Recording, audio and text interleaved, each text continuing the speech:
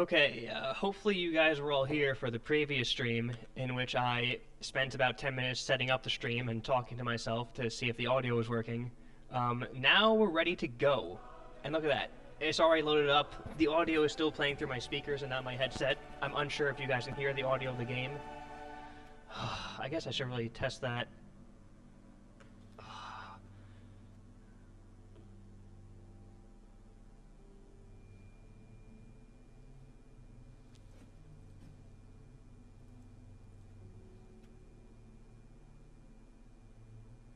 This one's not live. This one's live.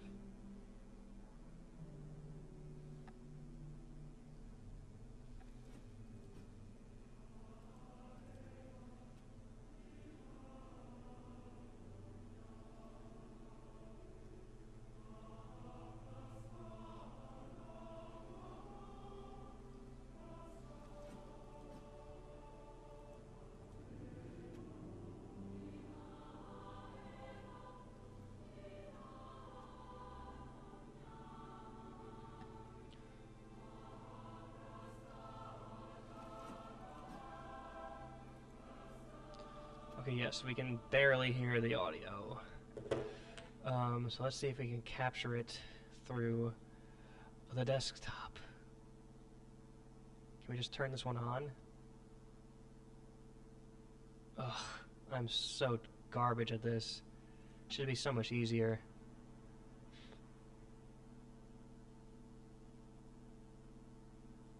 No,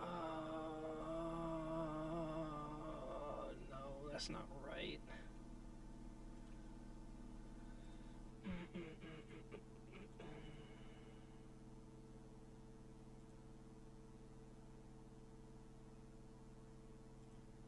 I'm sure there's a smarter, a smarter way of doing this. Crap.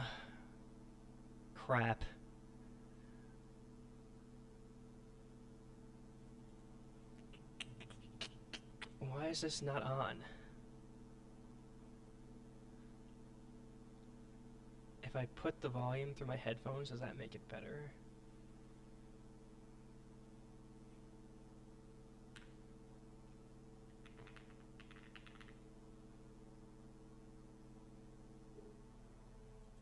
I can already tell it's going to be completely miserable. Yeah, I don't need it to go through Bing, man. I want to talk to my computer. I want to change the output on my computer. Look at that. Windows Media Player? Why would that be the setting that they show me? Just tell me how to switch the fucking audio. This is why it's not made for kids. Look how frustrated I get already.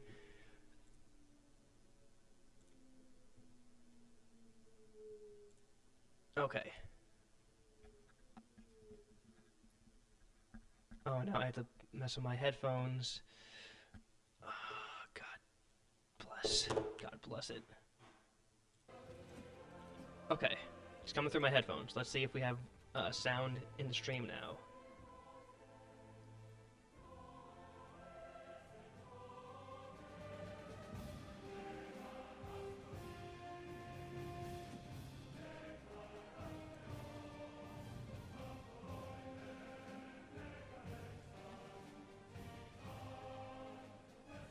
Okay, yes, I believe we have full sound with my voice, which you all love so much, and also the audio from the game.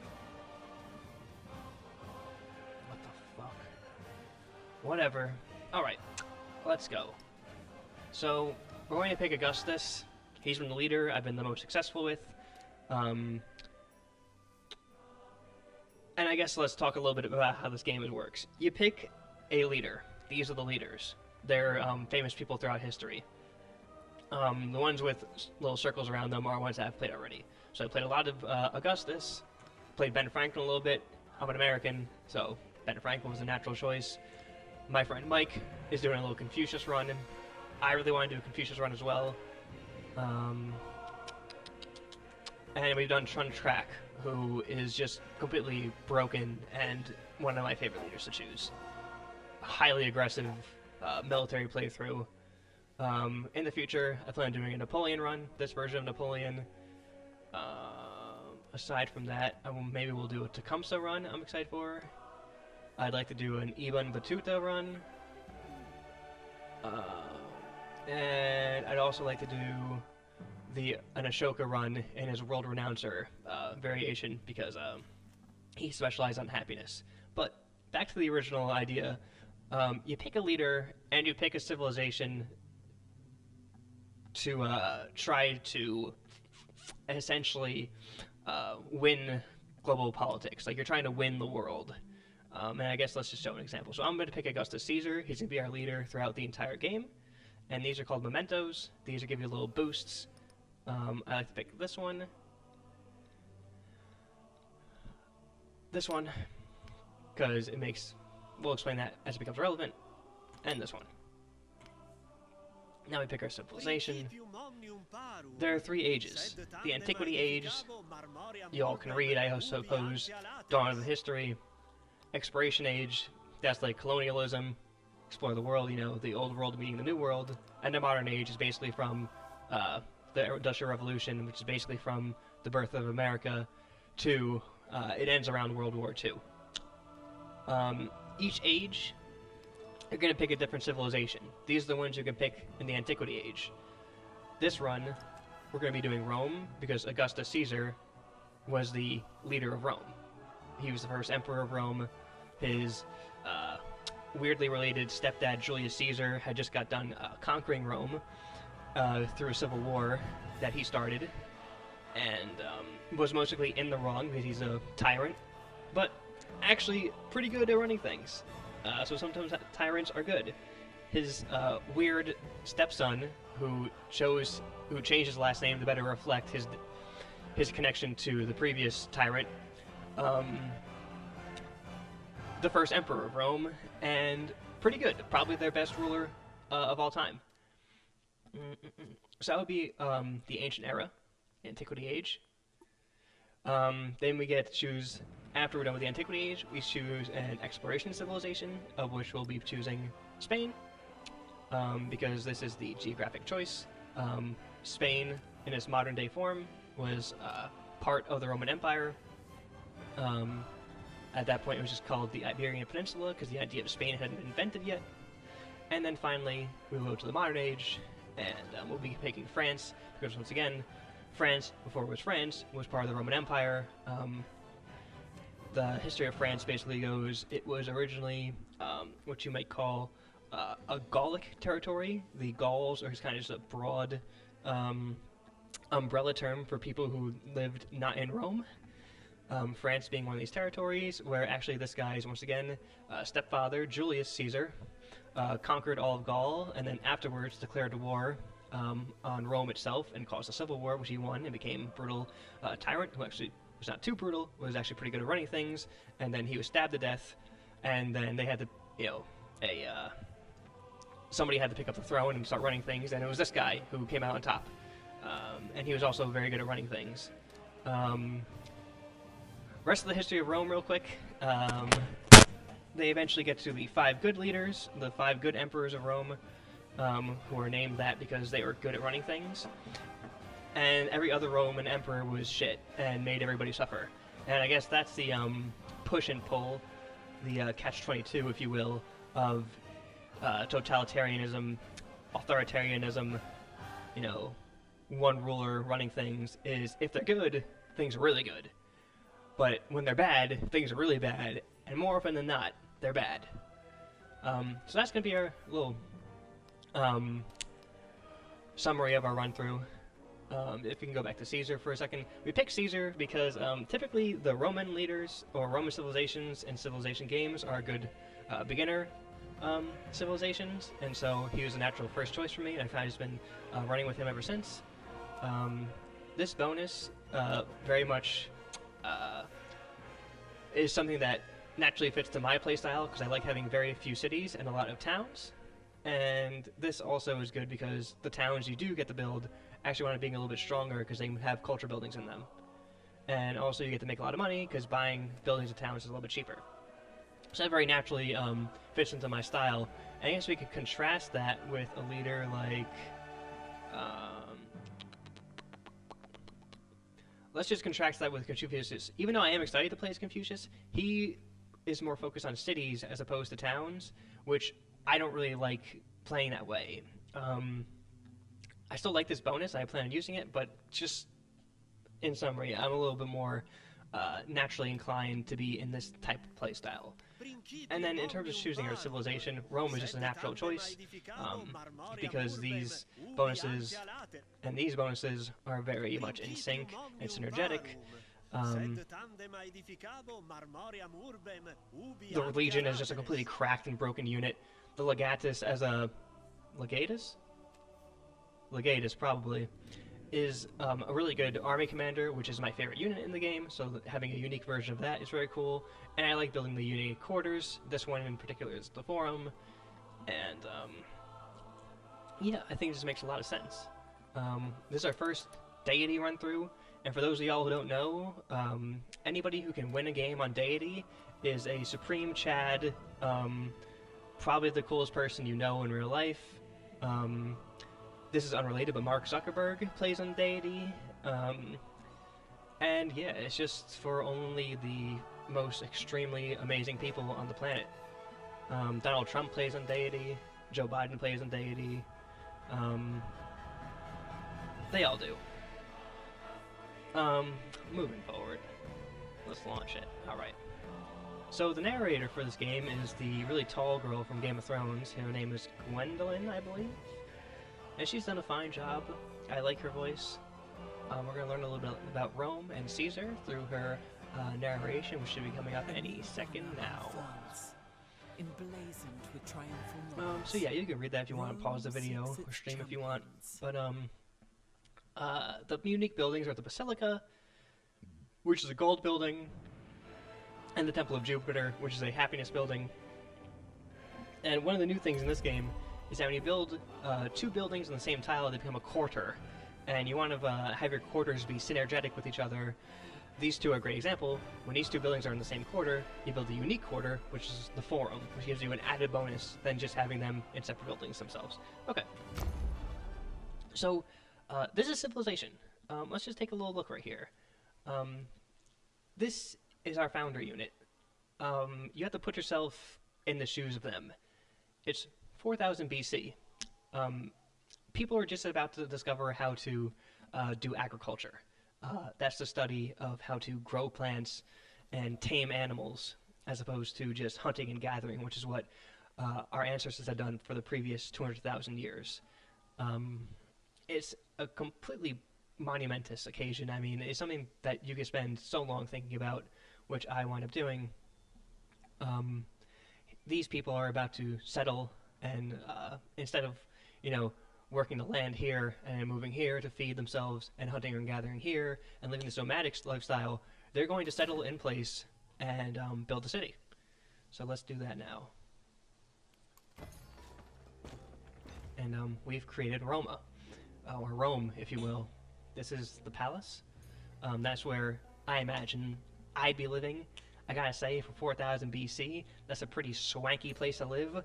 I definitely enjoy it. We can even, I believe this is how you turn the screen around, which people like doing.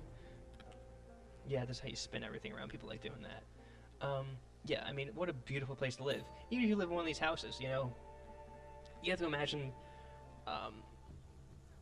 society is in its earliest form. So rules are kind of just by what you'd expect to be true. Like, people don't like you murdering or stealing, but there's no written law to make sure that that's the case. And it's just a co-op. Like, you're part of something that is exciting and new, which is building a permanent place to live.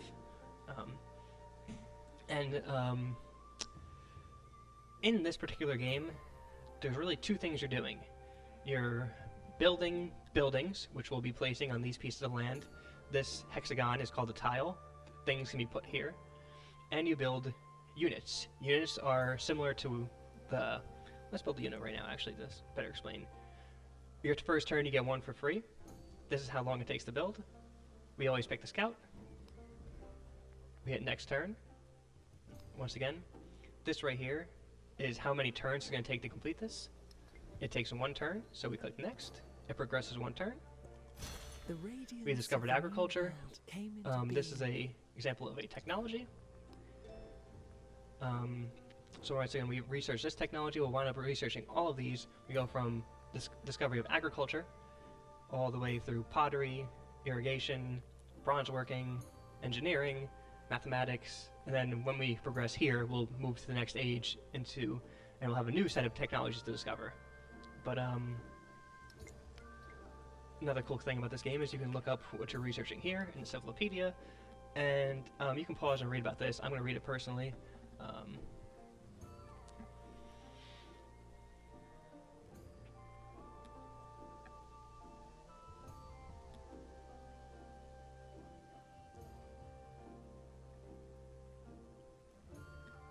I mean, it's an amazing thing to discover agriculture, and I enjoy doing it every single time in this game. We're also researching a civic, which is similar to technology, but it's more so of political organization thing. Is how you want to organize your people. The first one we're going to do is a chiefdom. Let's look that up as well.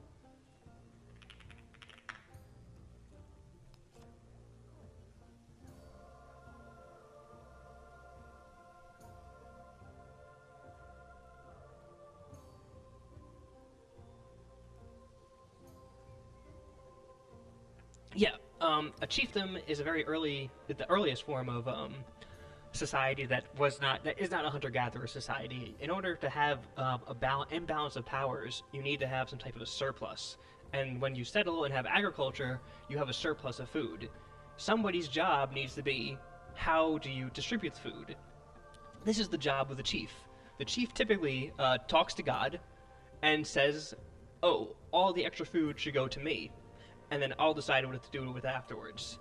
And this is a highly unfair way of organizing things, but around the world, after agriculture is discovered across the world, they pretty much always come to the same conclusion. Some guy wants to be the chief, and it's good to be the chief. I would love that job, personally. Let's keep on going. So now we have to pick our next technology to research, and we're going to do animal husbandry, which is, we can look that up right now, actually.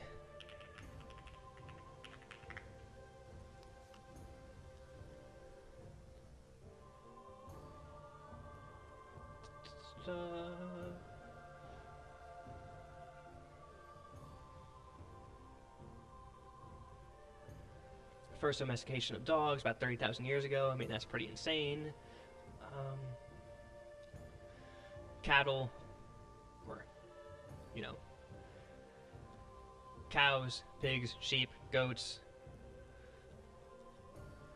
guinea pigs, much worse for domestication than cows, pigs, and sheep.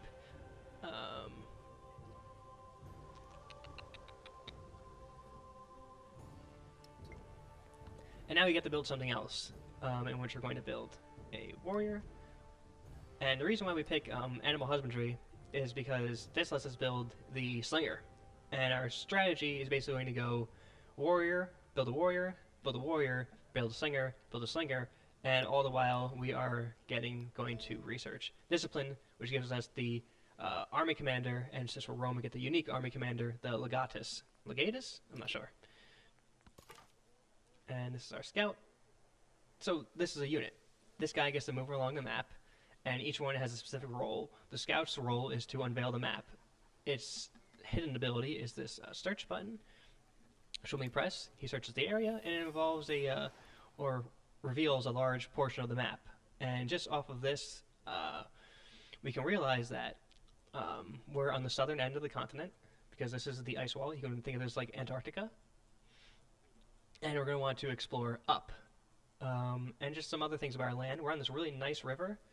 Rivers are very nice places to live because they have food and water, which you need.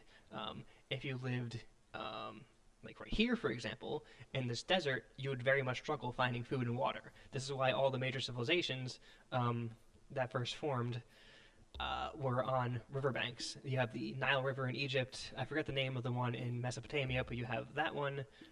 The Mississippi River in America, I believe it's like the Gongxiao River in China,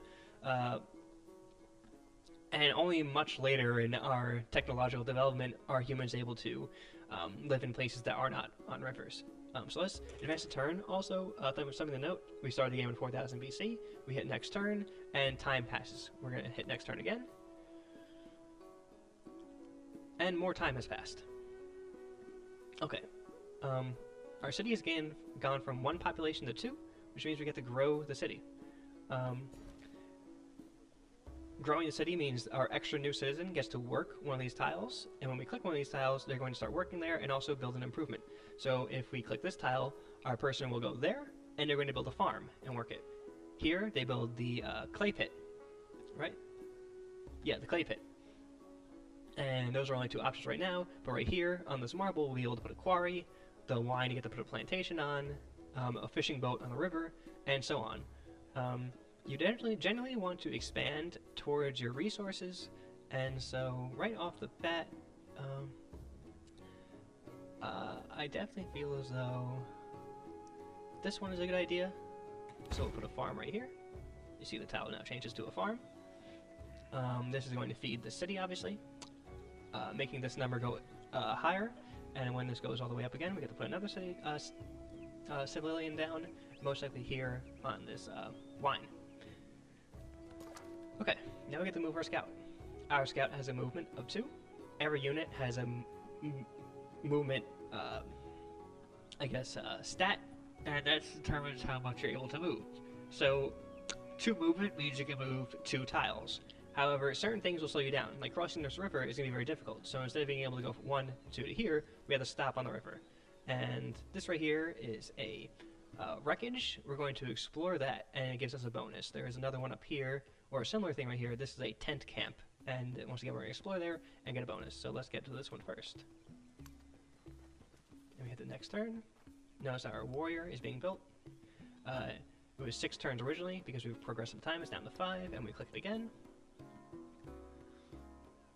It's down to 4.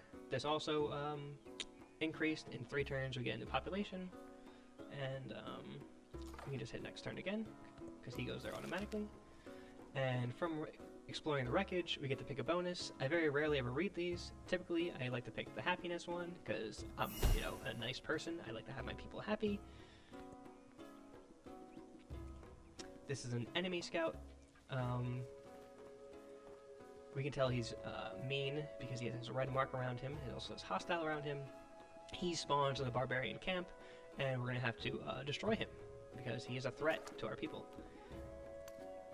And so I'll move our scout right here, and then we'll hit this search button again, which will explain, reveal more of the map. We were right in the sense that this is the southern continent, or southern end of the continent, and we're also right in the sense that this is the barbarian encampment. There are some meanies here, and they're definitely not down with the progression of civilization, and so they must be destroyed. That's just the way things go. You either get on the team, or get lost. And so now we're going to send this guy up to this, as we discussed before. Notice how he can move 2 tiles. I'm actually not sure why the force doesn't slow him down. We'll move 2 tiles up over here, and another 2, and then 1. This iron is very good, and actually our capital, Roma, is looking really good in terms of resources. We have this wine. These are hides from the deer. Wine in the form of grapes, which we'll put a plantation on. This marble right here is really good. We'll put a quarry there to mine that. There is more wine right here. And then this iron is very good. We'll put a mine there. And each resource gives you a particular bonus, which we'll grow the city now. And as we discussed, we'll get the wine. We see now that these wine are being harvested through a plantation. Working here would be really cool. You are the wine guy, and just in general, if you were just living in this town or in this capital city right here, and somebody just figured out how to fucking bottle up these grapes that get you fucked up and drink it, that's amazing. Like, just some time ago, you were like ravaging in this forest, like eating raw food. They probably had the invention of fire, so not raw food, but you're eating berries you picked. You're probably just eating these and getting a little bit fucked up. Somebody now has figured out how to get you really fucked up by mashing up a lot of them and putting them into a drink. exciting stuff, in my opinion at least. And I assume for all the drinkers out there, they would think the same thing. And so now, this is one turn left, we hit next turn, and he's ready. This is a warrior. It's similar to the scout, and since it's a unit, it can move, but whereas the scout is a civilian unit that cannot go into combat, the warrior can go into combat. So we'll move him along the river, in which this unit is completely overpowering to this unit right here. And in terms of what a warrior is, we can even look this up.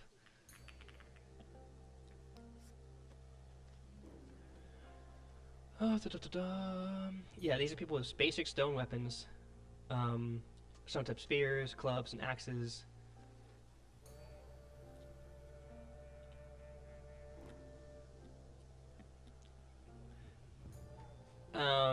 And yeah, you can see that the warrior upgrades to the spearman. This is our first, what we call, infantry unit. It's very basic and plain, and they upgrade to a more uniform military unit.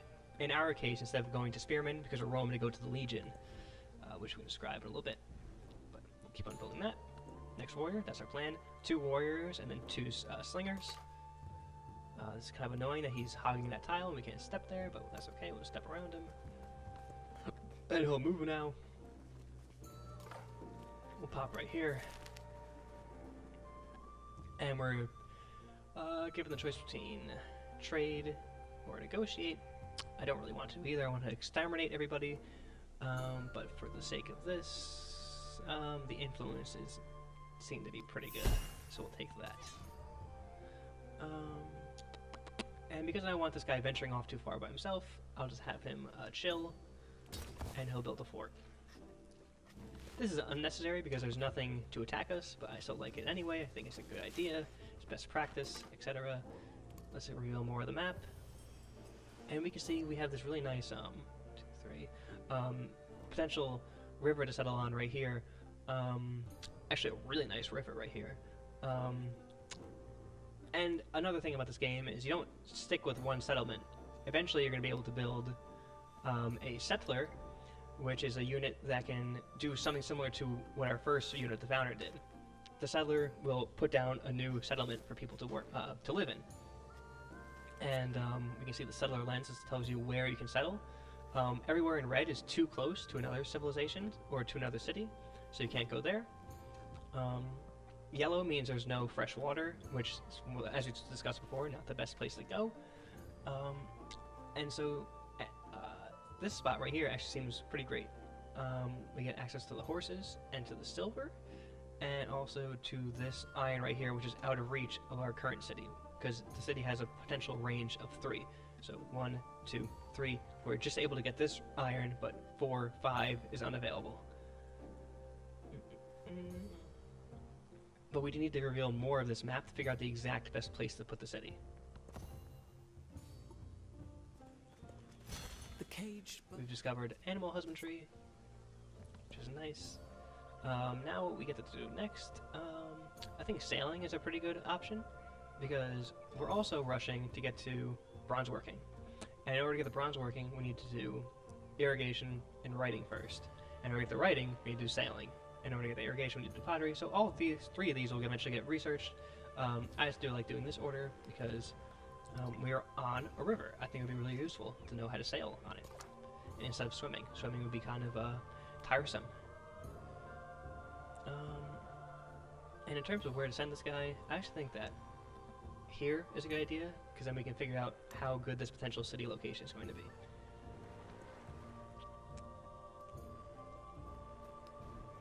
Let's pre-build these.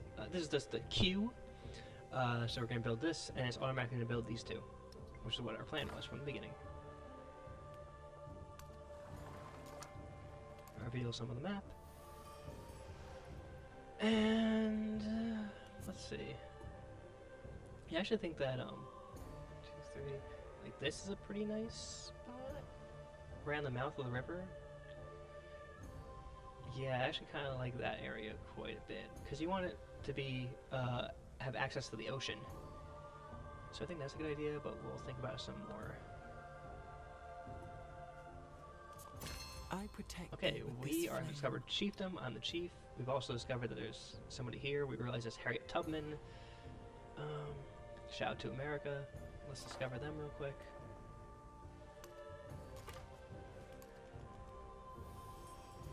That's crazy how it doesn't let us see them yet. This one is a given, so we're going to pick this one. We have to build the city again.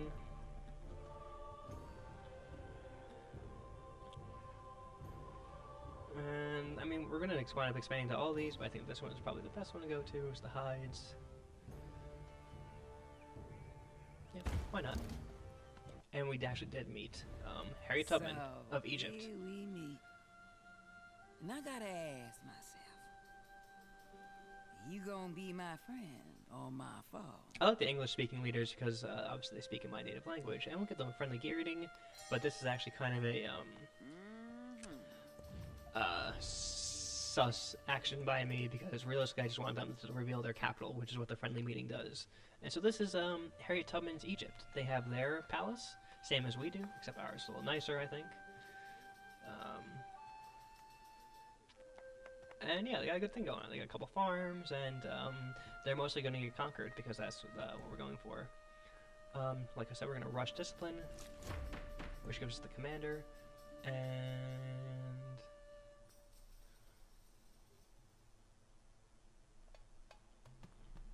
I like going Classical Republic because I like being able to build the wonders. And I guess that brings us to what is the point of this? Like, what are we trying to do here? We go to the victory progression screen here. And there's 4 aspects of the game. There's culture, military, science, and economic. In the ancient era, you want to build 7 world wonders, own, basically want to get 12 settlement points. Cities you settle count as 1, conquered 1 count as 2, so you have an incentive to conquer. Science, you want to have 10 codices, which are like ancient books. You can think of like Euclid's The Elements, the first math textbook ever written, is an example of a codice. It's an ancient text that's an educational thing. And resources, you want to have 20 resources in your settlement. We already have 1. Oh. Where is it? We have the wine, which we already have. I wonder actually if that counts. Huh. It doesn't. These are only, it only counts resources that you assign, so keep that in mind. We'll do the culture. Second warrior on the way. And we'll do the same thing.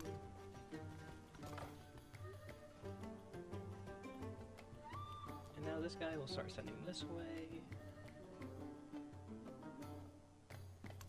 Probably towards here, because we want to get that before Harriet Tubman does.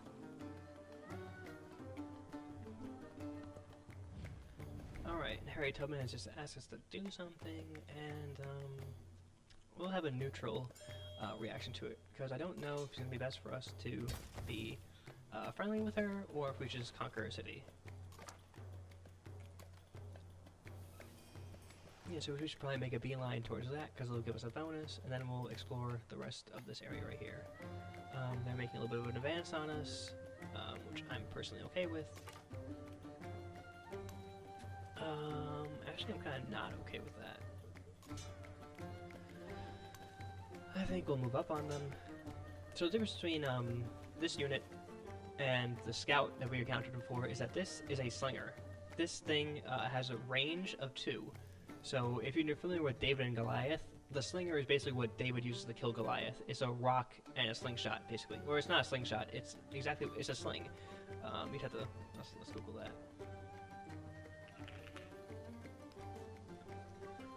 Yeah. It's a pouch at the end of a rope, and it holds a stone. And it can be ripped or thrown at extreme force.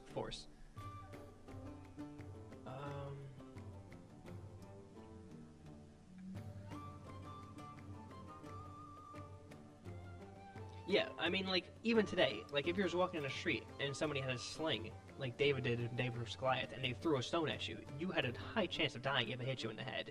I mean, that would hurt so bad, because you can sling it much faster than you can throw it. But, because they are a ranged unit, they're weak to getting hit straight on by something like a warrior. And so this is our general idea. We're going to attack them. Right, so they're able to throw past them and damage them a little bit. But because they're in the fort, you know, nothing too bad happened. They have their shields. It's fine. These guys, on the other hand, are going to take some pretty massive casualties because they just have no chance of stopping a, you know, dead-on attack. I mean, they have little knives, but they're no chance. There's just no use for somebody with a shield and a sword, no matter how tough you think you are. I'm thinking about one of my friends in particular who'd be like, "Oh yeah, if I had a knife, I'd kill everybody in this unit right here." And I was like, "I don't know, man. You're strong and all, but I don't know if you can do all that." And so here we have a choice between science production or influence. And once again, I think the influence is considered to be better because the influence allows you to basically communicate with the other leaders. The only one I really care about is you can steal technology from them, which I don't plan on having a super strong technology-based city, so stealing it from other people is should be pretty good. Once again, I don't want anything to do with her, but then again, it is nice to have somebody who's kind of peaceful with you so you can trade with them, and so let's keep things kind of neutral for now. We're in a celebration, everybody's really happy, so we get to pick one of these bonuses, of which I think the culture is more relevant right now because we want to research this as fast as possible.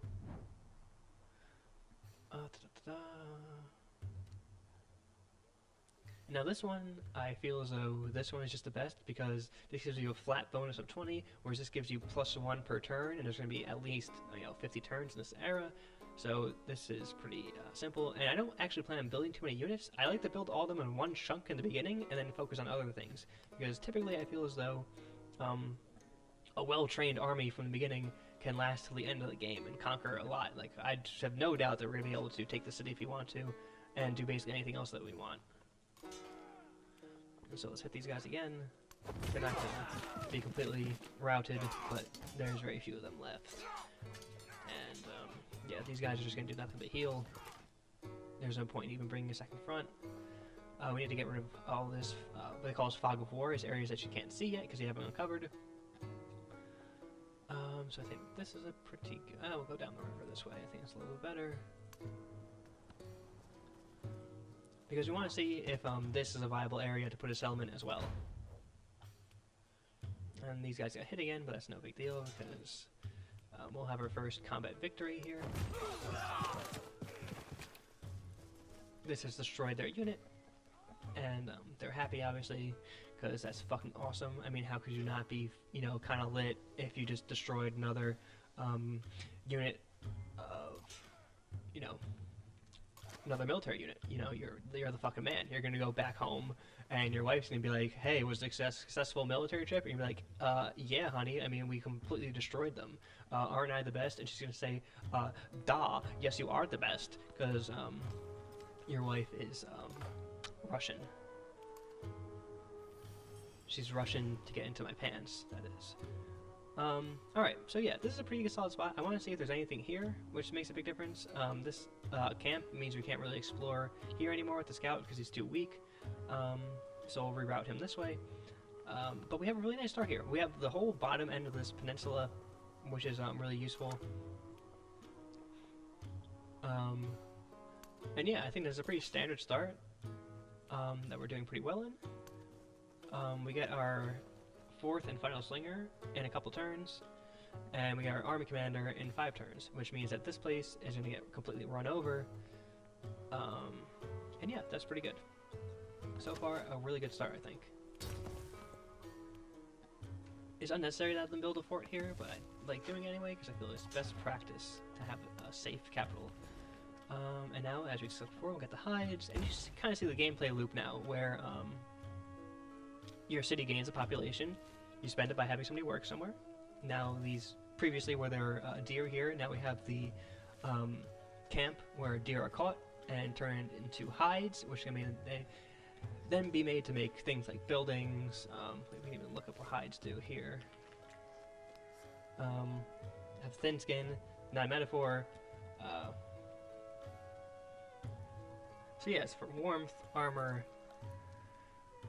you know, a grip on a tool, just useful things that you would want to have if it was, you know, 3500 BC. Um, and once we build our last slinger, which is now basically, we need to figure out how the infrastructure of our capital building is going to go. Oh, they're going to attack. That's not very good because we cannot lose him. Yeah, we're safe coming here. We can even return this guy back here, have him heal. Hopefully get this. I'm going to have him look out here and see if there's anything in the water that's useful. But other than that, it's a very successful scouting trip. Okay, now let's talk about the infrastructure we're going to have here. You want to put buildings in strategic locations. And every building gets a certain bonus for being next to a certain thing. Like, for example, I guess let's talk more about is what the city does in general. So this is what the city is yielding.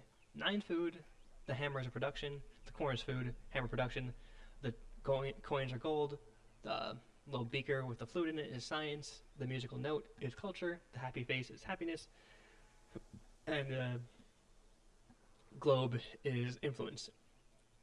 If you remember previously, we had clicked +1 influence in the palace, and that's why we get +1 influence in the city. So basically, this building, the palace, is outputting all these yields right here that you see. So 5 food, 6 hammers, or 6 production, 1 science, 3 culture, 5 happiness, and 1 influence. That 1 influence, you can see right here. We get +13 per turn, 1 from here, and 12 from some other things that I'm not too sure about. And these stats go into how long things take to do. Like, for example, we're getting +11 science per turn. Sailing costs a certain amount of science. So, for example, if it costs 100 science to research sailing, and you're making 10 science per turn, it's going to take you 10 turns to research sailing, and so on and so forth. Similar thing with building.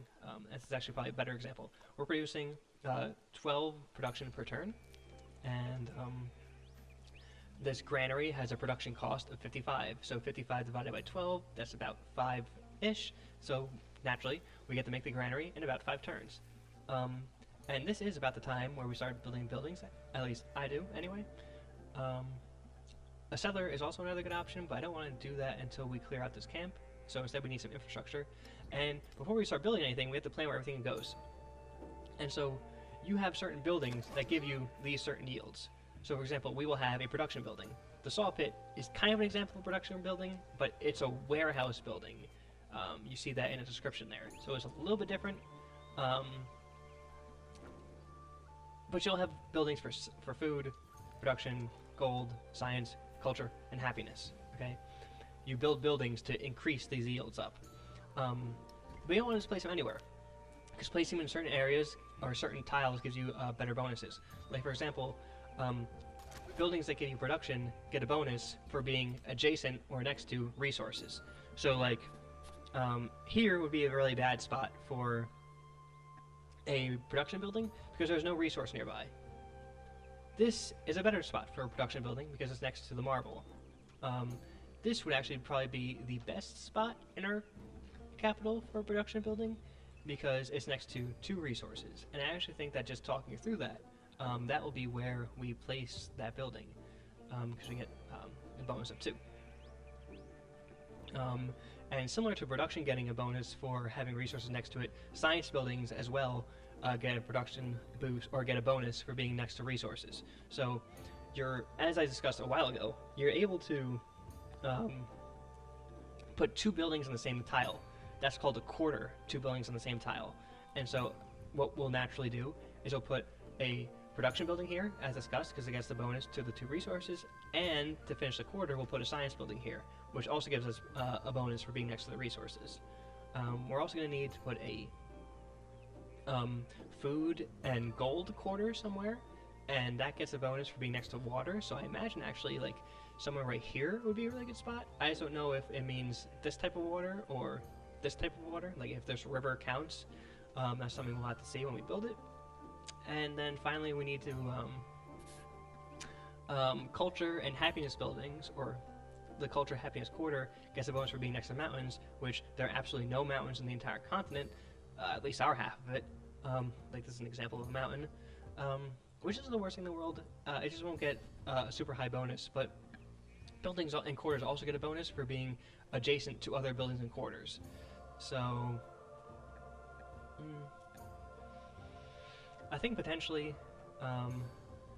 having production science right here, gold, money right here,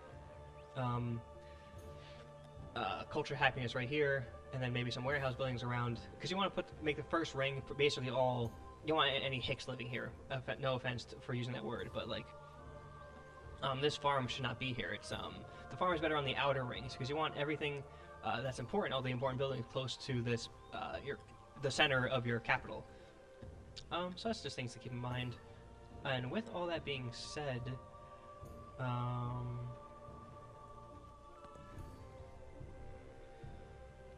I always get pretty nervous building the warehouse buildings because I don't know exactly where the optimized place to put them is.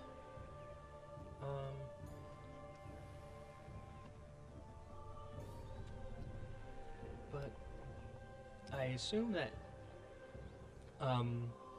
granary and saw pit right here is good enough.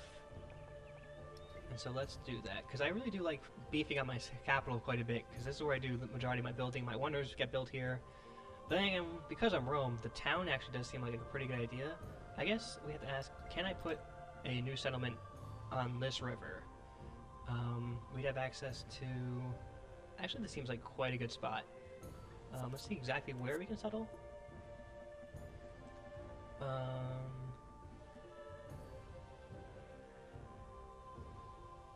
2, 3.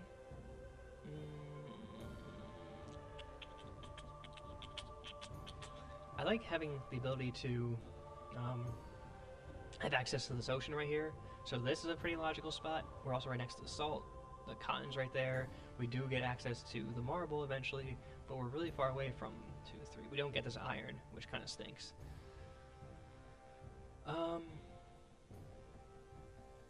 And this would be a really good example of a city that turns into a town, because I guess we'd get into that right now. I don't really feel like getting into that right now. What I wanted to get into was the difference between towns and cities. Yeah, I guess, because I'm unsure where to put a settler right now, or if I want it, because you have a settlement limit. We can put down 4 settlements, and everything after that, we get a little nerf to our happiness. Every settlement, the way I think about it, and this is probably a really fucked up and wrong way to think about it, is every settlement I put down is a settlement I can conquer. And in the military path, you typically want to conquer, because it gives you 2 points instead of 1, and I like to get all the way here to complete the tree. So, with that all being said,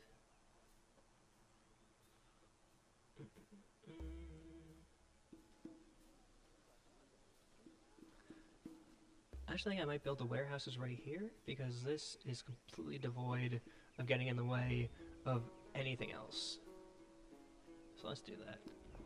We'll build the granary first, because, you know, some people prioritize production over food, but come on, it's food. I mean, how are you not going to put it? And the granary is it's a place where you store grains, I'm pretty sure. Yeah, it's where you store things like cereals, grains, wheat, maize, corn, rice. Inequality, we'll skip over all that. That goes back to the chiefdom of, you know, surplus of goods. And somebody needing to decide who gets that surplus. Let's actually... no, you guys can just rest up. We get the commander 2 turns.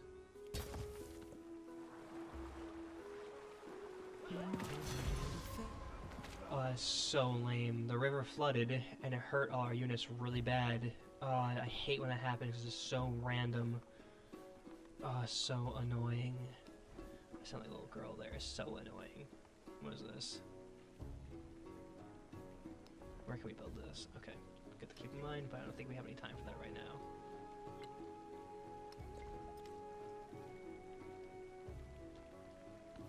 Well, just thankfully nobody died. That would have been much worse.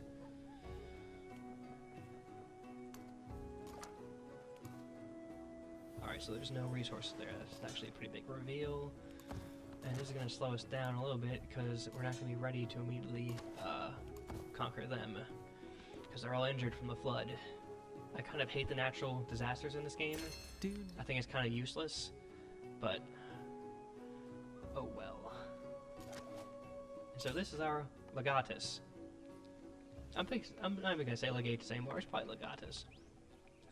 This is our army commander. He gives all the units around him in this little hex right here a boost to their combat strength. And also he can organize them like this, so they can all stay on one tile at the same time. And it's awesome. I cannot say enough about how much I love the decision to have the army commander. I could never even think of a better idea. And now we need to think about what to do next.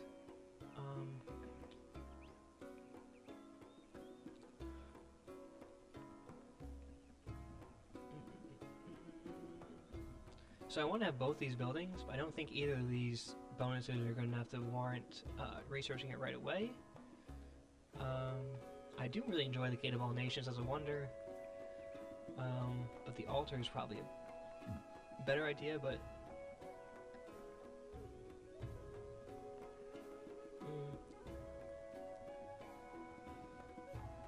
yeah, I don't know here. This is a tough one.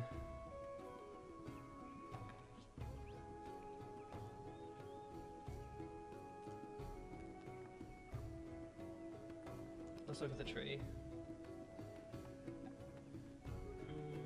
Code of Law is really good because it gives you the merchant, which is a trader unit, but also kind of unuseful for me. Let's do mysticism. I think that's a good decision. Probably the best decision, all things considered. And unfortunately we have to wait for these guys to heal. And they're sending more units out. Kind of annoying, but not that big of a deal, because the next time we move forward a turn, these guys should be good enough to just absolutely steamroll this settlement here. They even ran away because they know what's happening here. Yeah, this is ready to go. We're gonna put them right here. And this is going to be something of a disaster for them. It's probably best to deal with this guy first, and as you can see, these just completely outnumbered, and this is an unfair fight. So let's complete the quarter right here. Big granary was finished, so now we're going to build a saw pit there as well, which I don't know if this is the best decision to do that, but we're going to do it anyway.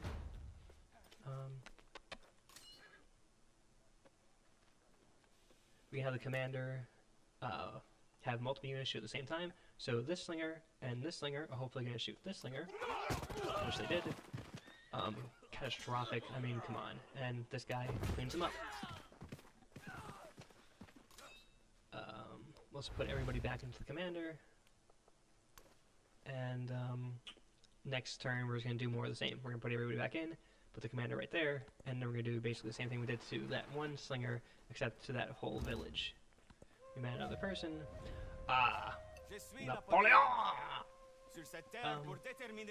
Let's do friendly again, not because I want to be friendly, but because I want to see where his capital city is, and it doesn't reveal it. It's random whether it reveals or not. I think it's based on how close or far away you are from their capital. This is not something you want to see marching towards you if it's 3300 BC, especially if you're some dinky little nation state. Wow, but they're actually sending a lot of units. That's very annoying. I wonder if you even have enough time to take them over without getting completely ruined by these guys. I suppose best practice would be to have somebody hang back and play some defense. Harry Tubman, what are you doing there? See, this is an absolute declaration of war. This is a settler from Harry Tubman. If she puts a city right here, I mean, how am I not supposed to take that? I mean, that's just disrespectful.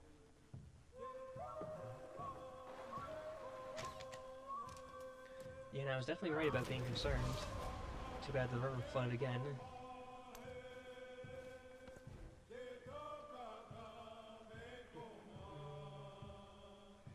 Yeah, it's pretty bad actually. We might actually get completely run the fuck over and die, which would be pretty upsetting, because this is supposed to be a let's play on best practices and how to play properly.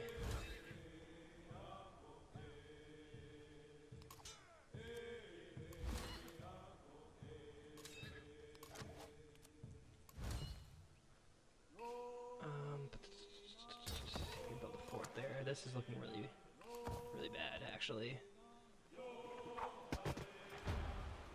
Yeah, man, why did that hit so hard? What, are you kidding me? Oh my god, this is really not looking good.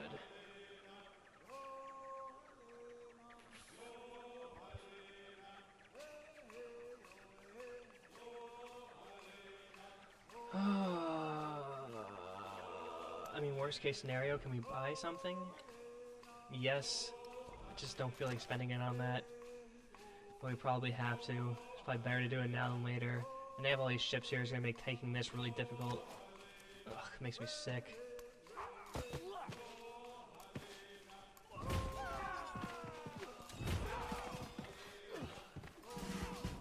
Oh my god, why are they so weak? Is this what deity is? Bro! Get a grip, bro. You almost died? Bro! Man, what are you doing? Oh my god. Well, this is much different than Immortal, which is the slightly less difficult. I mean, these things are just fucking me up. Oh my god.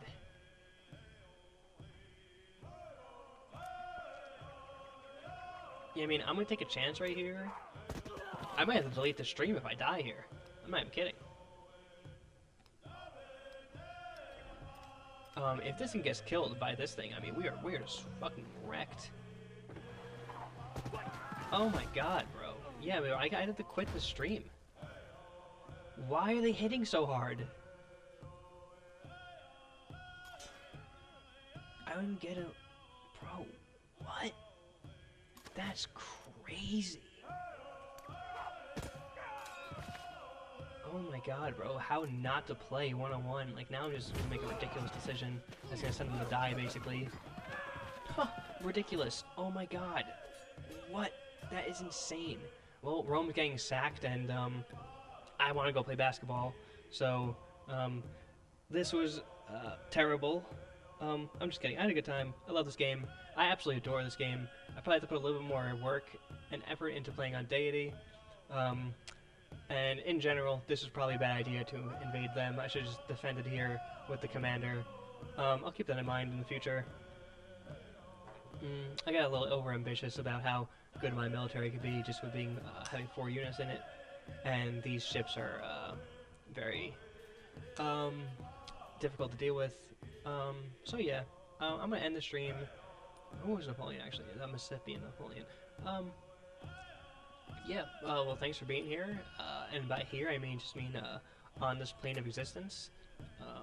I appreciate you. Let's say this as.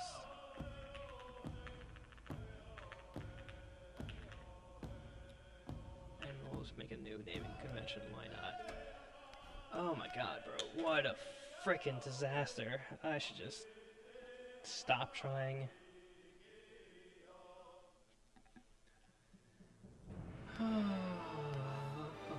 Just agreed to something I had no idea what it was.